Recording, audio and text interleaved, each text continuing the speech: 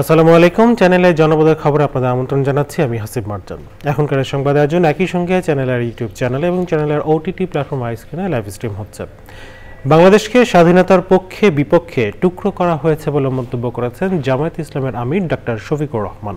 কুড়িগ্রাম সরকারি কলেজ মাঠে জেলা জামায়াতের কর্মী সম্মেলনে প্রধান অতিথির বক্তৃতায় তিনি বলেন, একটা বিভক্ত জাতি কখনো সত্যিকারের মর্যাদাবান জাতি হতে পারে না। সম্মেলনে তিনি বলেন, চাঁদাবাজি ও দখল বাণিজ্য বন্ধ করতে হবে। এ সময় আওয়ামী লীগ সরকারের সময়ে সংঘটিত সকল হত্যার বিচার দাবি করেন তিনি।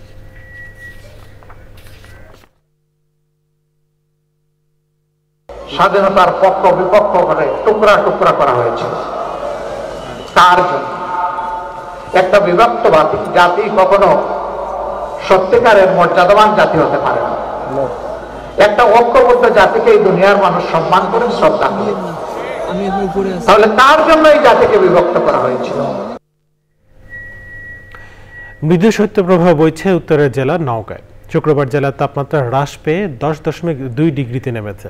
3 দিন ধরে নওগাঁয় সূর্যের দেখা নেই। কনকনে শীতে বিপাকে পড়েছেন শ্রমজীবী মানুষ। লক্ষ্মীপুরেও প্রচণ্ড ঠান্ডার সাথে ঘন কুয়াশায় জনজীবন বিপর্যস্ত হয়ে পড়েছে। ঘন কুয়াশার কারণে লক্ষ্মীপুর, ভোলা, বরিশাল, মেঘনা নৌরুটে নৌযান চলাচল ব্যাহত হচ্ছে। গত 3 দিনে লক্ষ্মীপুরে সূর্যের দেখা পাওয়া যায়নি। ঘন কুয়াশার কারণে দিনের বেলাও দূরপাল্লা সহ অভ্যন্তরীণ রুটে যানবাহনগুলো হেডলাইট জ্বালিয়ে ও গতি কমিয়ে চলতে হচ্ছে। রাজশাহী বিশ্ববিদ্যালয়ের ইসলামের ইতিহাস ও সংস্কৃতি বিভাগের ৫ম অ্যালামনাই সম্মেলন শুরু হয়েছে। সকাল 10:30টায় বিশ্ববিদ্যালয়ের শহীদুল্লাহ কলা ভবনের সামনে অ্যালামনাই উৎসবের উদ্বোধন করেন বিশ্ববিদ্যালয়ের উপাচার্য অধ্যাপক সালেহ হাসান নকিব। এরপর ইতিহাস বিভাগের সামনে থেকে একটি র্যালি বের হয়ে ক্যাম্পাসের বিভিন্ন সড়ক ঘুরে পুনরায় একই স্থানে গিয়ে শেষ হয়। এরপর বিভাগের সাবেক শিক্ষার্থী ও শিক্ষকদের অংশগ্রহণে বিশ্ববিদ্যালয়ের সিনেট ভবনে আলোচনা সভা হয়।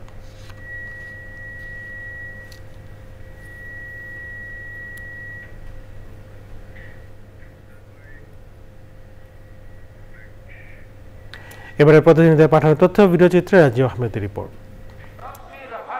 বেগম খালেদা জিয়ার রোগ মুক্তি কামনায় বরিশালের দোয়া ও মোনাজাতের আয়োজন করেছে বিএনপি। অংশ নেন বিএনপির চেয়ারপারসনের উপদেষ্টা অ্যাডভোকেট মুজিবুর রহমান সারোয়ার ও অন্যরা। ভোলা চরফ্যাশন উপজেলা বিএনপি সমাবেশ হয়েছে। বক্তৃতা করেন সাবেক এমপি নাজিম উদ্দিন আলম ও অন্যরা।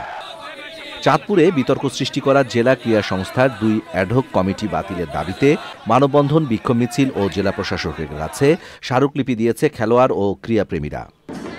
লক্ষ্মীপুরে 2 দিনব্যাপী তথ্য মেলা হচ্ছে। জেলা প্রশাসন ও টিআইবির আয়োজনে মেলা উপলক্ষে র্যালি বের হয়। মেহেরপুর জেলা বিএনপির আহ্বায়ক কমিটির পুনর্বিবেচনার দাবিতে গণমিছিল ও সমাবেশ করেছে সদর উপজেলা বিএনপি। প্রধান অতিথি ছিলেন কেন্দ্রীয় বিএনপির নির্বাহী সদস্য ও সাবেক এমপি মাসুদ অরুণ। নওগাঁয় খালেদা জিয়ার সুস্থতা কামনায় 1500 মানুষকে শীতবস্ত্র বিতরণ করা হয়েছে। উপস্থিত ছিলেন জেলা বিএনপির সদস্য আব্দুস সালাম পিন্টু ও স্থানীয় বিএনপি নেতাকর্মীরা। নওগাঁর মহদেবপুরে মোবাইল ফোন বই পড়ার অন্তরায় বিষয়ক রচনা প্রতিযোগিতা, আলোচনা সভা, শোভাযাত্রা ও পুরস্কার বিতরণী করা হয়েছে।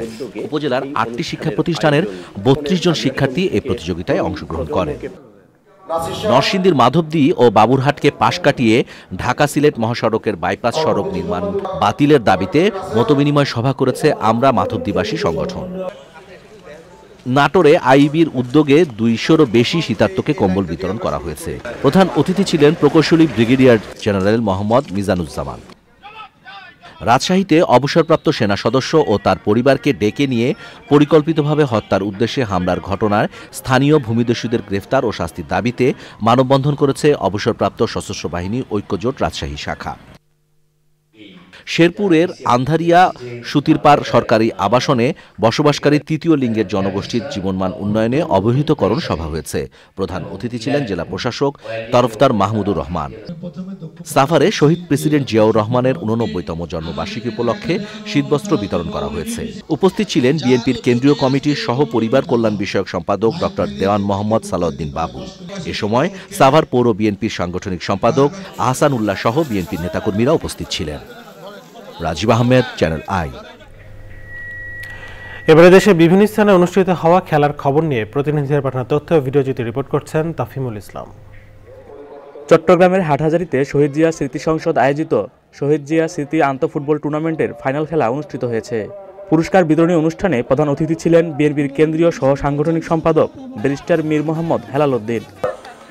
শরীয়তপুরে তরুণের উৎসব উপলক্ষে শুরু হয়েছে জাতীয় গোল্ড কাপ ফুটবল টুর্নামেন্ট। উদ্বোধন করেন জেলা প্রশাসক মোহাম্মদ আশরাফ উদ্দিন। খেলায় জেলার 6টি দল বালক ও বালিকা গ্রুপে অংশগ্রহণ করেছে। কুড়িগ্রাম স্টেডিয়ামে জাতীয় গোল্ড কাপ আন্তঃ উপজেলা ফুটবল টুর্নামেন্ট উদ্বোধন করেন জেলা প্রশাসক নুসরাত সুলতানা। টুর্নামেন্টে জেলার 9 উপজেলার বালক ও বালিকাদের মোট 18টি দল অংশ নিচ্ছে। কিশোরগঞ্জের জেলা পর্যায়ে জাতীয় অনূর্ধ্ব-17 ফুটবল টুর্নামেন্ট শুরু হয়েছে।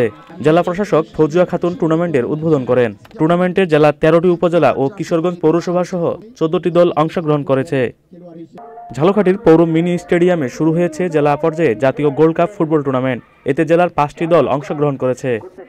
ঝালকাঠির বীরশ্রেষ্ঠ শহীদ ক্যাপ্টেন জাহাঙ্গীর মহিউদ্দিন স্টেডিয়ামে জাতীয় স্কুল ক্রিকেট শুরু হয়েছে। এই টুর্নামেন্টে জেলার 4টি মাধ্যমিক স্তরের বিদ্যালয় দল লীগ পদ্ধতিতে অংশগ্রহণ করছে। তাফহিমুল ইসলাম, চ্যানেল আই।